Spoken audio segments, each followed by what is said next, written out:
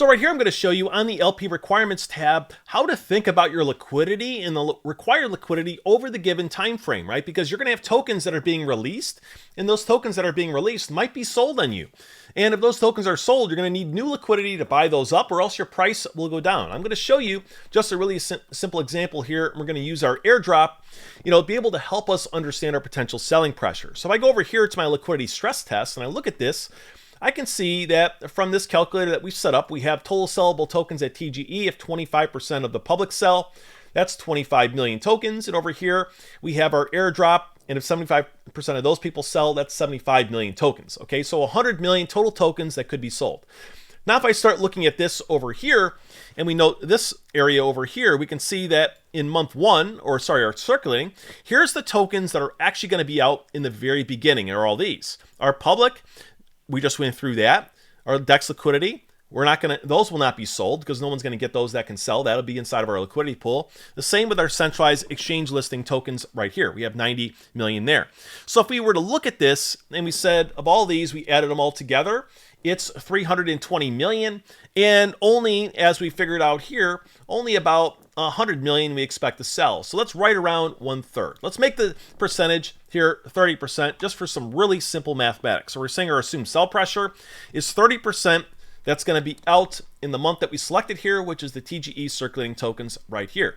Okay, so if our tolerance now is for the price to go down no more than 25%, then we're going to need some significant liquidity to come in to sustain that, right? If we have a small pool like this, and we have a lot of selling pressure coming in, we're going to need more liquidity then buying up those tokens that are sold to maintain the same price. And that's what we're showing you down here. So as you scroll down, you'll see that in this first month, if you give out an airdrop like this and you don't want your price to go down more than 25%, you need like $17 million of liquidity coming in to counteract, total, or $8 million, 8.5 million in positive buying volume, just to make sure you don't go down less than 25%. And that's the scenario so many projects create for themselves with these airdrops, okay? Now, however, if we change that, so let's say we extended this out across 12 months, and we did something like this, well, now in our TGE stress test, you'll note that we over here in our allocations, we wouldn't have as much that would be out in the very beginning then, right? Because most of these are locked up, as you see here in this vesting schedule. Sorry, I have to make this 0. And then over here, now this should be lined out correctly. Yes, there's nothing that's going to be out in the very beginning, which you can see right here, okay? Nothing that's out at TGE.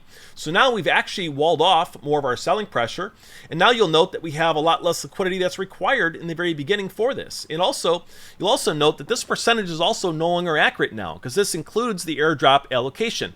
Now, if we had just 25% or 25 million tokens that can be sold, all right, we have the same 320 million tokens, we can do a simple calculator here and pull this up and say, all right, 25 million, just divide it by 320. Now, what is that? That's about 8%, okay, of the supply there that could be sold. So I'm going to change this to 8. And now what you're going to see here is look at how little liquidity I need to be able to counteract this buying pressure, right? Or selling pressure with buying pressure. And this is really what we're trying to communicate here is, based on your own price tolerance, if you go unleashing tons of tokens and giving those to people that can be sold right away, that could mean a lot of buying volume would have to come in to counteract that selling pressure, or else the price will go down. And that's where so many projects fail, is they don't think about this. So even if you're a little confused in the mathematics, don't worry about that. The thing you want to pay attention to is think about it. All this value comes out in the very beginning. If those people sell, that will kill the price. If there's a little bit of liquidity there, that will kill it even more towards the downside. And then it'll require more and more money to keep buying back and shifting that price up, right? And so the more we give out in the beginning, the more we might have to buy back, or more volume we might need to counteract that. That's why these airdrops create so many unsafe scenarios. The same thing is also true with reward mechanics. If you got a game and you have an emissions for reward, just keep that in mind, is how you're emitting those tokens. Those are all tokens that can be sold over this given time frame, right? So if you have constant reward emissions, you're going to need to bring in constant buying pressure to counteract those, especially if people start to sell. And that's the thing that you want to keep paying attention to. In the next video, we're going to talk about slippage, and we're going to go into this LP health check, and we're going to cover this in even more detail. But for now, I hope you found this helpful.